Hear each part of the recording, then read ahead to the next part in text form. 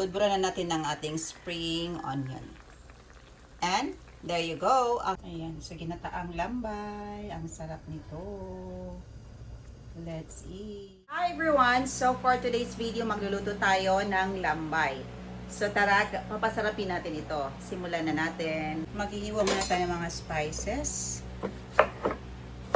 Kamatis, onion, at saka ang ating garlic. Na-slice na natin, so iset aside na natin at ready na natin ang iba pang mga sangkap.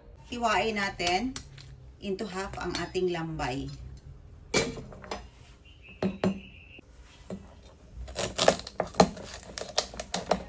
Ayan siya. Oh, mataba siya, oh. Ayan siya, oh, mataba. Hiwain natin tong isa pa. Ayan, oh. Parang ano to. Marami siyang anak. Ayan.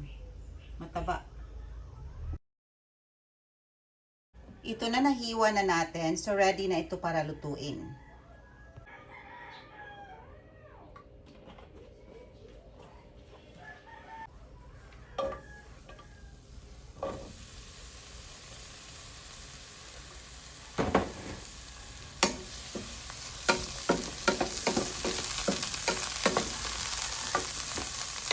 Mag-add ng ground pepper. Gisahin until na maging aromatic. At i-add na natin ang ating na-slice na or nahiwa na lambay. Ayan siya. Ilagay ang dalawang siling haba. Ilagay na natin ang ating gata. Ayan. Wait lang natin ito na kumulo. Takpan lang natin yan.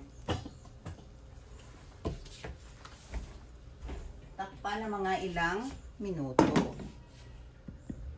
After a few minutes, pwede natin itong timplahan ng ating asin.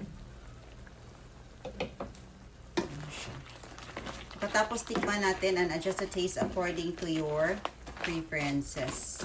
Siyempre, tikman natin. Tikman na natin.